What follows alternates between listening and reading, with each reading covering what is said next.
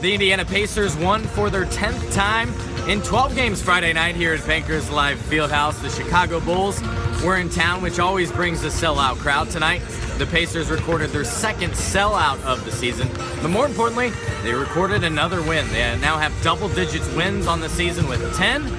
Tonight, 104-92 over their Central Division rival. Several terrific performances for the Pacers tonight. George Hill, 10 rebounds, his highest tally in a Pacer uniform, and just one off his career high, while with the Spurs also against the Chicago Bulls. You could also talk about the 16 points delivered by C.J. Miles, who, well, I want whatever he has, because he has shot very well over the last couple of games, especially that spectacular clinic that Paul George and C.J. Miles put on in a win Tuesday night in D.C. But they got a double-digit win, and they did it in impressive fashion, most notably on the defensive end, where they forced 15 turnovers, to which they converted into 20 points. What's going right for this Pacers team in the last 12 games? It starts with getting back to their principles on the defensive end. Well, that was the only way that we were really going to be able to highlight playing a small ball game. It's getting stops and getting out going and playing a faster game. It's hard to do that, taking the ball out of the net and try to play fast. The most important thing for us is defensively.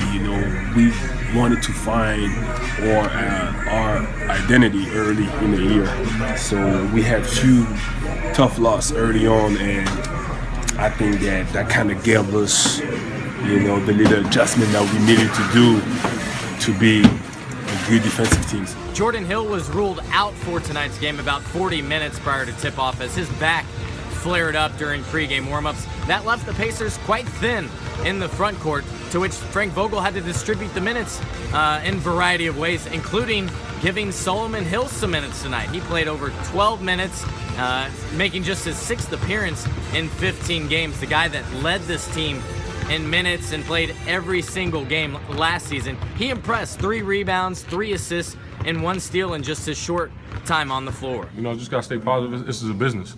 Nothing's owed to nobody in this league. You have franchise guys that, dictate how things go, but everybody else kind of just falls in order.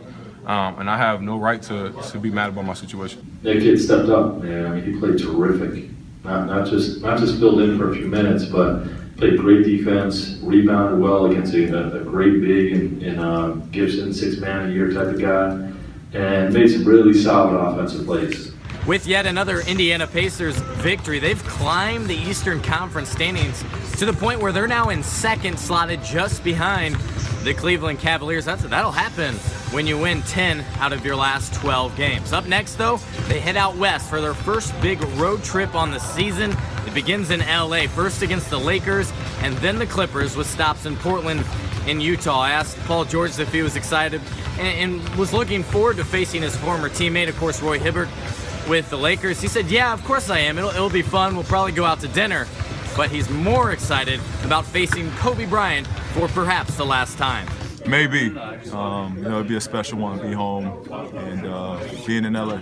Reporting from Bankers Life Fieldhouse, I'm Scott Agness of VigilantSports.com.